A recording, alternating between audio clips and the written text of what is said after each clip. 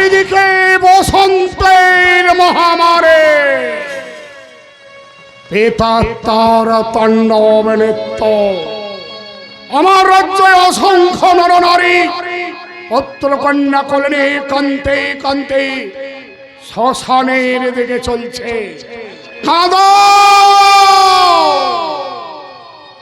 দেবে দিগন্ত চিৎকার করে কাঁদলেও তবু কখনো কোনো সময় রাক্ষসেই পিশাচেই শয়তানেই পচা বলে শীতলার ওজোর আদেশ দিতে পারবো না। কিন্তু কিন্তু আমার যে চারিটি সন্তান, আমি কেমন করে রক্ষা করবো? অসংখ্য একটাবার বলো তো।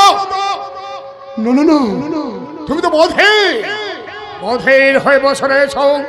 আমার জীবন সরোবরের এক প্রান্তে এই মুহূর্তে আমি ছুটে যাবো কৃষকের কৃষক মন্দিরে।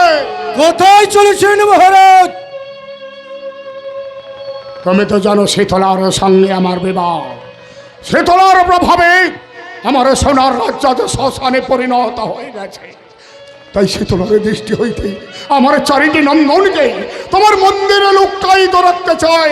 অসম্ভব মহারাজ, আমার অন্তঃপুর অতীব গোপন স্থান থেকে মহারাজ। উপায় কি আছে তাহলে কৃষক? আপনি এক কাজ করুন, আপনার যে পুত্রকে আমার কাছে লুকায়িত করুন, আর বাকি 3টি পুত্র নিয়ে যান অন্যস্তে মহারাজ। এই মুহূর্তে আমার জ্যেষ্ঠ পুত্র শতানিক্ষকে রেখে যাব তোমার এই কৃষক মন্দিরে। এই শতানিক্ষকে আমার কাছে পাঠিয়ে দাও। আমায় ডেকেছো বিদ্যা? হ্যাঁ শতানিক্ষ, দুহাত ভরে আশীর্বাদ করে এই যুদ্ধে তুমি জয় হবে শতানিক্ষ।